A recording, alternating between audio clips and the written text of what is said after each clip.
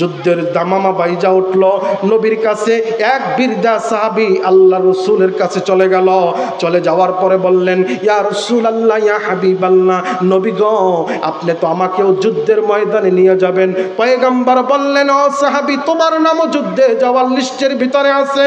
এবার ওই বৃদ্ধ সাহাবী নবীর কানে কানে যেয়ে বলতেছে, ও পয়গম্বর, আমার ঘরে একটা সুন্দরী রমণী মেয়ে আছে, আমি মেয়েটাকে বিবাহ বন্ধনে আবদ্ধ করতে পারি নাই, এখন পর্যন্ত বিবাহ শাদী দিতে পারি নাই। মুহাম্মদুর রাসূলুল্লাহ, শোনেন গো, আমি যদি যুদ্ধের ময়দানে যাইয়া শহীদ হইয়া যাই, তাহলে আমার এই মেয়েটাকে কে দেখবে, কে লালন পালন করবে? আমার মেয়েটার মাও কিছুদিন আগে দুনিয়া থেকে বিদায় নিয়ে গেছে।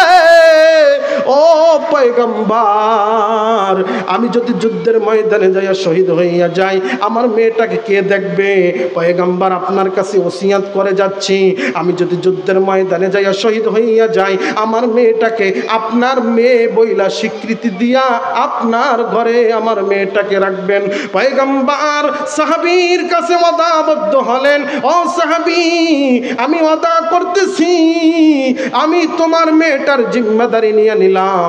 এবার ওই সাহাবী বাড়িতে যাইয়া মায়ের কাছে, অর্থাৎ তার মেয়ের কাছে বললেন, মেয়ে শোনো, আমাকে পয়গম্বর যুদ্ধে পাঠাবে, আমার নামও যুদ্ধে যাওয়ার লিস্টির ভিতরে আছে।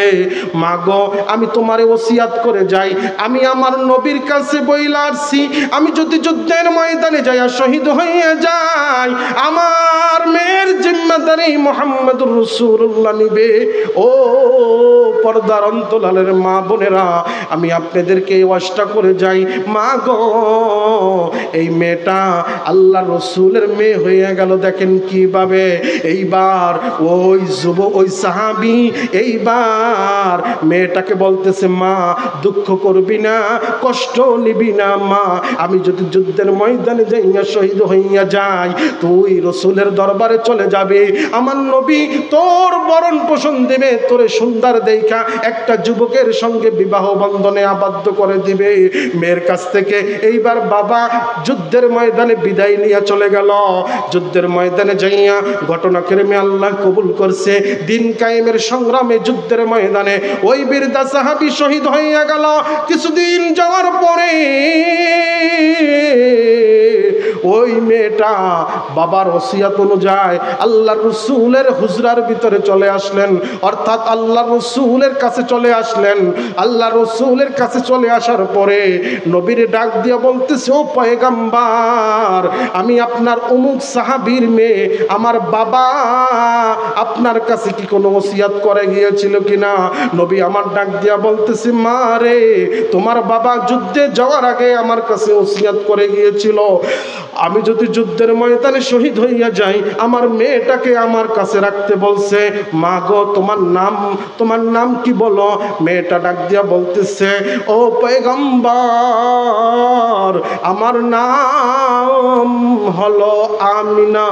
এবার সুন্দর করে আমার নবী বলতেছে, মা গো, আমার মাও ছিল আমিনা, আমি তোমাকে আমার মেয়ে বলে স্বীকৃতি দিলাম। ও মেয়ে, তোমার কোনো টেনশন নাই।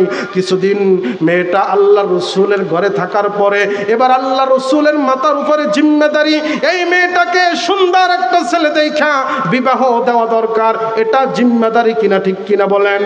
প্রত্যেকটা বয়স্ক মেয়েদেরকে বিবাহ দেওয়া প্রত্যেকটা বাবার নৈতিক দায়িত্ব, ঠিক কিনা জোরে কন। এবার আল্লাহ রসুল ওই মেয়ের কাছে যাই বলতেছে, মা, তোমার বাবা তো দুনিয়া থেকে শহীদ হইয়া চলে গেছে, এখন তোমার জিম্মেদারি আমি। মা গো, তোমার কোনো পছন্দ আছে কিনা, তোমার কোনো কিছু চাওয়া আছে কিনা? আমি এমন একটা যুবকের সাথে তোমার বিবাহ দেব, তুমি খুশি হইলা না, তাইলে তো বিপদ। মেয়ের কাছ থেকেও আগে অনুমতি নিতে হবে, ঠিক কিনা জোরে বলেন। নবী এই কথা বলার পরে মেয়েটা রসুলকে বলতেছেন, ইয়া রাসূলুল্লাহ, ও নবী গো, ও ভোলার মা বোনেরা, দেখেন নবীজির কাছে একটা মেয়ে কি চাই। এবার মেয়েটা পয়গম্বরের কাছে বলতেছে, ও পয়গম্বর, আমার যিনি স্বামী হবে তার ভিতরে 3টা গুণ থাকবে। জোরে বলেন কয়টা? এবার পয়গম্বর বললেন, মা গো 3টা গুণ কি? বলো বলো বলো। আমি মুহাম্মাদুর রাসূলুল্লাহ 3 গুণ যার ভিতরে থাকবে আমি তার সঙ্গেই তোমাকে বিবাহ বন্ধনে আবদ্ধ করে দিব। এবার মেয়েটা সুন্দর করে মুহাম্মাদুর রাসূলুল্লাহর কাছে বললেন, ও গো আল্লাহর হাবিব, যিনি আমার স্বামী হবে তার ভিতরে গুণ থাকবে 3টা। 1 নাম্বার গুণ থাকবে, এলাকার মুসলমান ভালো করে বুঝেন, 1 নাম্বার গুণ থাকবে দৈনিক 1 খতম কোরআন শরীফ পড়া লাগবে। জোরে বলেন কয় খতম? এলাকার মুসলমান 1 খতম কোরআন শরীফ পড়নেওয়ালা ব্যক্তি এই এলাকায় কয়জন আছে? দৈনিক 1 খতম কোরআন শরীফ পড়া লাগবে। এইবার মেয়েটা বলতেছে, ইয়া রাসূলুল্লাহ, যিনি আমার স্বামী হবে তার 2 নাম্বার গুণ থাকতে হবে, সারা রাত দাঁড়াইয়া দাঁড়াইয়া নফল ইবাদত করা লাগবে। নবী আমার ডাক দিয়া বলে, মা গো বলো বলো বলো, তোমার 3 নাম্বার শর্ত বলো, তোমার স্বামীর 3 নাম্বার গুণ কি থাকা লাগবে?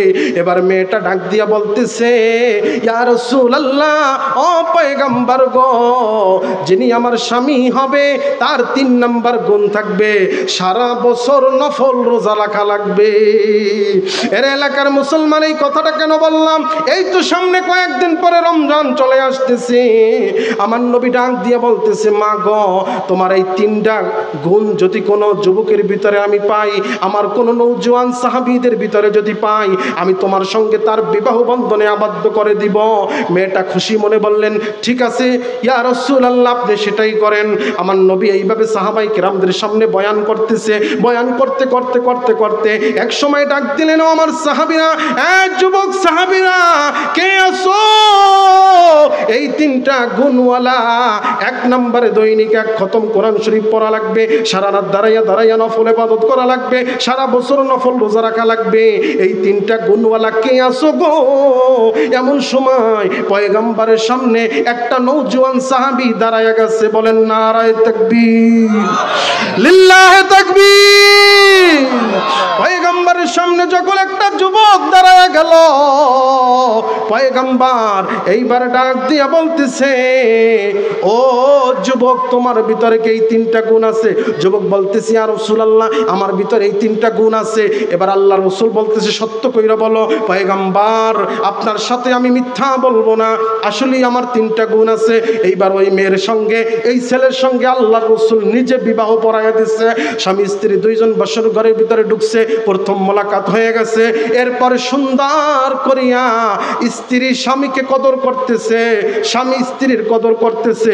1 দিন 2 দিন চলিয়া যায়। ওই মেয়েটার তো আশা ছিল আমার স্বামীর ভিতরে 3টা আমল থাকবে, কিন্তু প্রথম রাত্র থেকেই দেখতেছে আমার স্বামী তো কোরআন পড়ে না, আমার স্বামী তো দাঁড়াইয়া দাঁড়াইয়া নফল ইবাদত করে না, দিনেও তো রোজাও রাখে না, তাইলে কি আমার স্বামীর ভিতরে এই 3টা গুণের একটা গুণ নাই? এইবার আল্লাহ রসুলের কাছে বিচার নিয়ে গেলেন, ইয়া রাসূলুল্লাহ, ইয়া হাবিবাল্লাহ, আপনি আমারে কেমন স্বামী দিলেন যেই স্বামী তো 3টা আমলের একটা আমলও করে না? নবী আমার রাগ হইয়া যুবক সাহাবীকে ডাকলেন, ও যুবক, তুমি নাকি এই 3টা আমলের একটা আমলও করো না? তোমার বিবি এইমাত্র আমার দরবারে আইয়া বিচার দিয়ে গেল। এবার সাহাবী ডাক দিয়া বললেন, পয়গম্বর, আমি যেই 3টা আমল করি কিন্তু আমার ঘরের বিবি জানে না। জোরে বলেন ঠিক কিনা? এ মুসলমান, আল্লাহকে ভয় করিয়া ইবাদত করব, আল্লাহরে খুশি কইরা, ঠিক কিনা বলে? নবী আমার ডাক দিয়া বলতেছে, ও সাহাবী, কিভাবে এই 3টা আমল করো? এবার সাহাবী বলতেছে, আমার স্ত্রীর তো প্রথম শর্ত ছিল যে দৈনিক 1 খতম কোরআন শরীফ পড়া লাগবে। পয়গম্বর, আমার আমল নামায় তো দৈনিক 1 খতম কোরআন শরীফ পড়ার সব হয়। নবী বলতেছে, কিভাবে আসে? এবার সাহাবী বলতেছে, ইয়া রাসূলুল্লাহ, ইয়া হাবিবাল্লাহ, আপনার পবিত্র জবান থেকে আপনি বলেছেন কোন আল্লাহর বান্দা যদি দৈনিক 3 বার সূরা ইখলাস তেলাওয়াত করে, একবার সূরা ইখলাস তেলাওয়াত করার কারণে আল্লাহ রাব্বুল আলামিন গোটা 30 পারা পড়লে যেই পরিমাণ সওয়াব হয়, ওই পরিমাণ সওয়াব তার আমলনামার ভিতরে দিয়ে দাও। নবী আমার ডাক দিয়া বলতেছে, সাহাবী, তোমার স্ত্রীর 2 নম্বর শর্ত ছিল সারা রাত দাঁড়ায়া দাঁড়ায়া নফল ইবাদত করা লাগবে। এবার যুবক সাহাবী ডাক দিয়া বলতেছে, ইয়া রাসূলুল্লাহ, আপনার পবিত্র জবান থেকে আপনি বলেছেন কোন ব্যক্তি যদি এশারের নামাজ জামাতের সহিত আদায় করার পরে বাড়িতে যাইয়া সুন্দর করে ঘুমিয়ে থাকবে, আবার ফজরের সময় যখন মুয়াজ্জিন ডাক দিবে, ফজরের সময় যখন মুয়াজ্জিনের আজান শোনার পরে পবিত্র হইয়া ওযু কইরা মসজিদে আইসা ফজরের নামাজটাও আবার জামাতের সহিত পড়বে, আমার আল্লাহ ওই বান্দার আমলনামার ভিতরে সারা রাত দাঁড়াইয়া থাকলে, সারা রাত দাঁড়াইয়া দাঁড়াইয়া নফল ইবাদত করলে যেই পরিমাণ সব হইতো, ওই পরিমাণ সব বান্দার আমলনামার ভিতরে দিয়ে দাও। এর এলাকার মুসলমান ভালো করে শোনেন। এবার পয়গম্বর বলতেছে, ও সাহাবী, বলো তোমার স্ত্রীর তো 3 নম্বর শর্ত ছিল সারা বছর নফল রোজা রাখা লাগবে, সেইটা কিভাবে করো? এবার রাসূলের সাহাবী ডাক দিয়া বলে, পয়গম্বর, আপনার